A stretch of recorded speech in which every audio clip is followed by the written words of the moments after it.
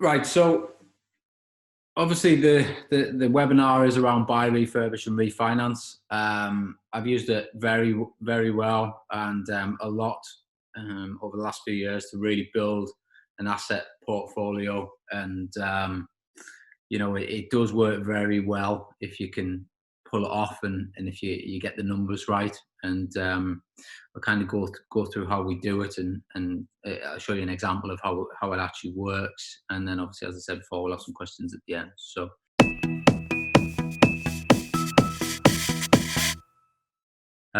just a brief overview. Most of you probably do know who I am, but if you don't, we do, coach property, and I've been in property for quite a while now. Various strategies. We're currently doing about 100 grand a quarter in service accommodation revenue, and we've got cash flow and tenanted portfolio, and then we look to acquire about 5 properties a month. And each sort of batch is worth probably about 60 grand to us. So across the various strategies: buy, refurbish, refinance, rent to rents, lease options, and we do manage service accommodation units as well. So it works well for us, and buy, refurbish, refinance done correctly can create extreme amounts of wealth, and you can really build a portfolio quickly with a small pot of money. It can grow and grow and grow, and as you grow, lending gets easier. You can play off portfolios, and you can use your equity in your portfolio. But even if you just get very good at it, you can just have one pot of money and you can just continue to spin it time after time. And that's why the strategy is really, really good, and it's worthwhile learning how to do it and getting your teeth stuck into it sooner rather than later. So first and foremost, the biggest question I get asked all the time is kind of, where do you find them? And quite frankly, your usual spots that you're probably all hunting for deals on anyway, but just Rightmove, Zoopla, net house prices.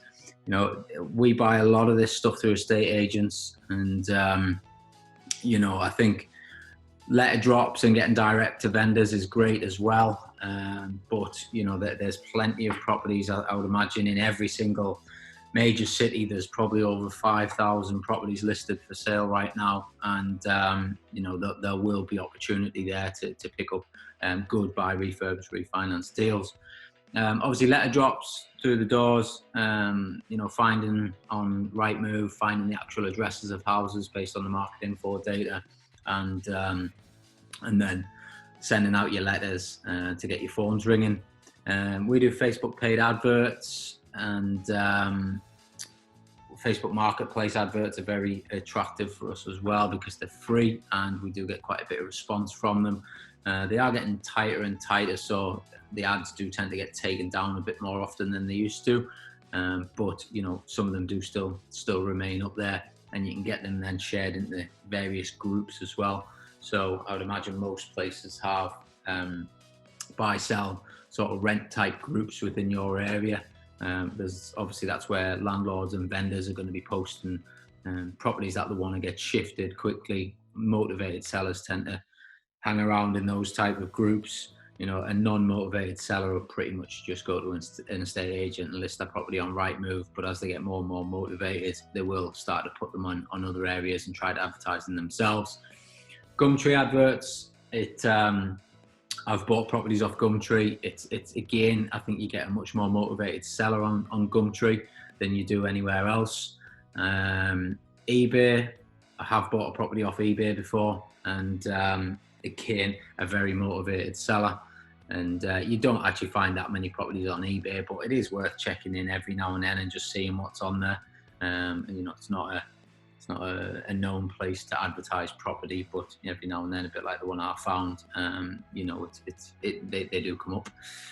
Knocking on doors I found quite useful. So whenever we're either out viewing or if we've bought a property on a street and you're over looking at the project or whatever, or now you get the guys as well in the office and on the actual ground doing the project, just get them coach to just knock on doors and just say, listen, we've just bought one down the road.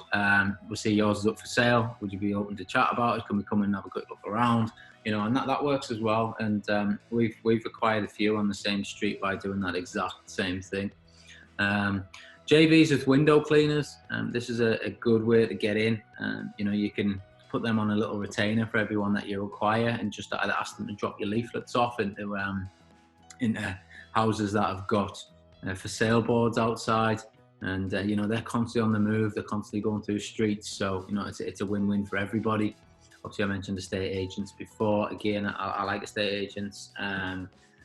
I think that you know, they do have the most properties advertised. They're not the best at following up or getting you on viewings and everything else that goes with it. But you know, they do have the most properties advertised. And auctions. Auctions are a good place to pick up sort of below market value deals and these type of deals that are great for adding value and doing buy, refurbish, refinance on. But you've just got to be careful with auctions, you know, because you can lose money in auctions as quick as you can pick up a good deal. So if you're brand new to property investing, I probably wouldn't suggest going and buying your first one from an auction. But if you're a bit of experience and you know how to do it, you know how to get the money quickly, you know how to get the refurb done quickly, etc., then you know, auctions can be a great way to build your portfolio and create some good equity in the assets that you do build. So the main thing with buy, refurbish, refinance is don't get your money stuck. You know, if you start getting your money stuck, your portfolio dries up quickly because you've got nothing to spend and you can't keep buying. You know, at the end of the day, you can only get so much out of one property. So, you know, if that's £500 or £600 a month rent, well, apart from maybe flipping it into a super strategy like rent, you know, like a HMO or serviced accommodation, and maybe squeezing, you know, an extra gross revenue out of the property, even doing that's only going to get you to a certain level. Then that property it's at its threshold. It cannot generate any more money for you. So the only way that you can then expand your business is by getting another unit that's going to cash flow more money, and so on and so forth. So if you get your money stuck, you're not going to be able to repeat that model over and over again. So the main thing is don't get your money stuck, and you will have a portfolio that will grow very quickly if you manage to spend the money over and over again. My sort of golden rules when I do analyze a deal, and it's fairly simple. £250 net monthly cash flow after the refinance. That's what the property has to make. We will then tend to put a lot of the stuff into sort of serviced accommodation, and obviously it'll make more than £250 a month net cash flow, but we still analyse everything on a standard buy-to-let option because that will always exist. You know, I think serviced accommodation and HMOs and mini-mos is always going to exist as well, but you know, the single family let sort of tenancy option is always going to be, there's always going to be demand for that no matter what. No more than 36 months to get all the money out. Now, you will do deals where you can get all the money out in one go. Sometimes you get cash back, but probably 7 times out of 10, you're going to leave a few £1,000 in the deal, and you want to try and get that all back out within sort of maximum 36 months based on your 250 net monthly cash flow. So in terms of make sure the numbers work, I always add on 20% extra on the estimated refurb cost. So whether it's myself that costs us up or someone in the team that costs us up and sends us the report, I'll analyse that, and I will always add on 20% refurb cost, even if I've done it and I know costs very well now, and you know, quite experienced in doing projects, so I kind of know what things cost. I'll always add on 20%. You know, we recently went into a property and we pulled the kitchen off the wall to fit a new kitchen, and the wall behind it soaking wet. You know, there was no sign of anything anywhere in the property, and sure enough, we've gone out the back into the neighbour's yard, and we can see that there's a boiler upstairs leaking onto the outside of the wall. So that cost an extra probably £700-800 on top, you know, and that was you know, something that just wouldn't have been spotted, you know, and so things do get missed, and you should always factor in that you are going to overspend. Whatever you think it is, you will overspend, or something always crops up. So I add on 20% extra. And on the comparables as well, I think at times you can try and force a deal, so you always look for the best comparable. So whatever figure I come out with, I always knock 5 to 10% off, depending on how much the property is worth. Obviously, if it's worth, if it's worth 50 grand, 50 to 80 grand, I'd probably only knock about 5% off, 7%, something like that. But kind of between those two figures, and just bring it down slightly. And then if the analysis of the deal still works after you have brought it down, then great. It means that if you can come under your refurb cost and your comparable hits what you think it should be, then great, you've got a really good deal there. So it is about the numbers, and don't get emotionally involved. And I see this time and time again, especially from people on sort of the mentor program. Obviously they're keen, they're hungry, they're enthusiastic, they want to get deals on.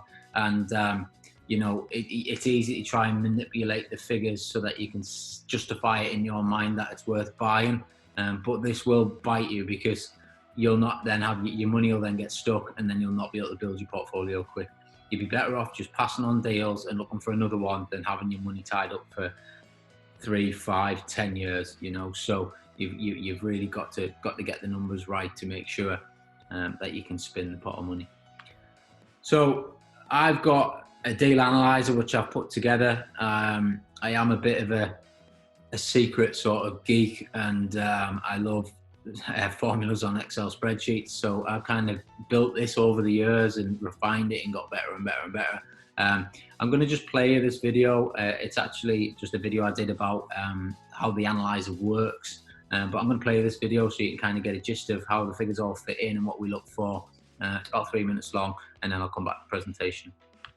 I'm going to give you all a quick run through of our deal analyzer and show you what it does for me. So there's 3 tabs which I've built. So it all starts from this first tab, which is your buy, refurbish, refinance, and it basically shows you everything from purchase price, stamp duty, source and fees. You put all the grey columns are basically what you fill in, and then the rest all populates. By the time you've filled it all in, it tells you what your discount is, including the fees, what your rents are going to be, plus insurances, what your mortgage payments are going to be after you've refinanced. These are the main columns for me. This is, where we make decisions purely based on figures. There's no emotion involved. Green obviously is good. You need 2 green lights to go. So, exit is option is a buy-to-let refinance. So this is purely built on a buy-to-let strategy, not service accommodation, not HMO. So, it tells us here the main line for me is months before money left in the deal and money left in the deal. I like to work on 36 months money out of the deal, and obviously I don't like to leave much money in the deal. And then it runs down, so your property research, so what sort of channels we use to get the research from, and then also what we do is we bridge a lot to start the process, so there's bridging calculators in there as well. So that covers that. It then filters through the SA guide.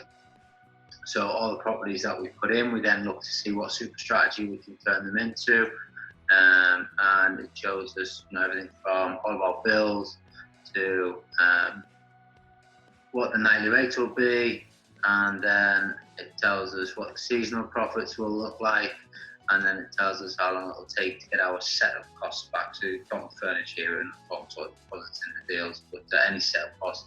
And obviously if we're going to do any rent strategies, this also looks at just purely getting the money back out in terms of setup fees. Again, we work on a 6-month rule, so anything green before 6 months is a goer, and in red doesn't work out, and then obviously gives you annualized profit there as well. And then you can also, the figures filter over to a HMO analysis, which is very similar to the SA one, apart from it's broken down into sort of room rent as opposed to nightly rents and cleans. And again, it gives you your analysis out, whether you work 6 months payback and what your annualized profit will be. So from the 3 strategies there, you can kind of figure out quite quickly which one you want to run with and which one will be the most profitable. It's pure figures, there's no emotion attached, and we use it for every single deal. As you'll see here, we also collect the data of all the people that we're viewing and who we're viewing them with, so we can constantly go back to the agents and just asking if the properties are still available, because obviously you don't get them agreed at the first port of call, but as they become more motivated as time goes on and they don't sell the properties or they don't get them rented out, then obviously we can start negotiating. So that's kind of how we analyze deals, and that spreadsheet's saved me a lot of money over the years, and it gives us the confidence to push forward and decide whether a deal's right or wrong. And 9 times out of 10 it comes up good, and when you actually compare your estimates with your actuals, you're not a million miles away. So it's tried and tested and it works well. So let's just run through an example. So this property here, I bought it for £52,500. It looked like this. It was not a nice thing. It had been on the market a while. I bought this from an auction. So it needed some work. We smashed it up a bit, stripped it all back. We had a bit of damp work to do in it and a few other bits and bobs. And we turned it into this, which is not a bad looking thing. But as I've said before, I'm not really into what they look like. Obviously, I like them in nice so that they attract either a good tenant or obviously some nice guests. But at the same time, I'm not going to live there. So for me, it's purely about the numbers. So I want to spend the least amount possible on the refurbs and kitting them out as I can, but creating that value for money proposition so that we don't, we attract the right person into the property. But for me, it's all about these numbers. So in this example, I bought this for 52.5 grand. When we got it revalued, it was revalued at 85. So as you can see, the deposit was 16.6 at the stamp. The solicitor's fees 1,203. So that's for both the finance, initial finance, the bridge, and the remortgage as well. The survey fees are a bit steep on this one because we had to get a structural engineer's report, and one lender pulled out last minute. So we decided to, we pulled out on the lender last minute because he didn't give us the valuation that we wanted. So I decided to chance my arm and go with somebody else, and we got the valuation that the 85,000 I think it was worth. So we ended up paying a bit more on survey fees there. It was through an auction, so it was a £600 fee, and we spent just shy of £5 grand on it. And obviously the mortgage payment during the refurb was £366, which effectively is one bridge and loan month, because we can get in and out of these things now fairly quickly, even if we've got to do the scale of works as you've seen there. So the magic. So the numbers broken down. Original bridge and loan was 70% of the 52.5 grand, so 36,750. Deposit fees and all other costs, including 27,161. Basically, that's the money that came out of my back pocket to buy this property, get it refurbed, and get it turned around. We then refinanced it on a 70% loan to value mortgage. Obviously, you saw there we got the increased value of £85,000, which 63,750 new loan amount, which means we paid off the bridge and loan of 36,750, which we originally took out to purchase the property, which means the cash back to me was 22,750. So I've spent 27,161 and I've got 22,750 quid back in my bank account. There's the bank statement from the solicitors. And then what makes this even better is we actually then, as you can probably tell by the pictures, put this into a serviced accommodation unit. So I had £5,000 approximately stuck. We probably started advertising this mid-September. We did 723 quid's worth of revenue in mid-September, October, November, December. £5,179 back out of that property. So within 4 months of going live, that property pretty much stands me nothing now, and it's just cash flowing every single month, and I've got all my money back out, and that's now invested in another property, which will aim to do exactly the same process. And when you know how to do this, you literally just rinse and repeat, and do it time and time and time again. And it's just getting better at it each time and moving with the money.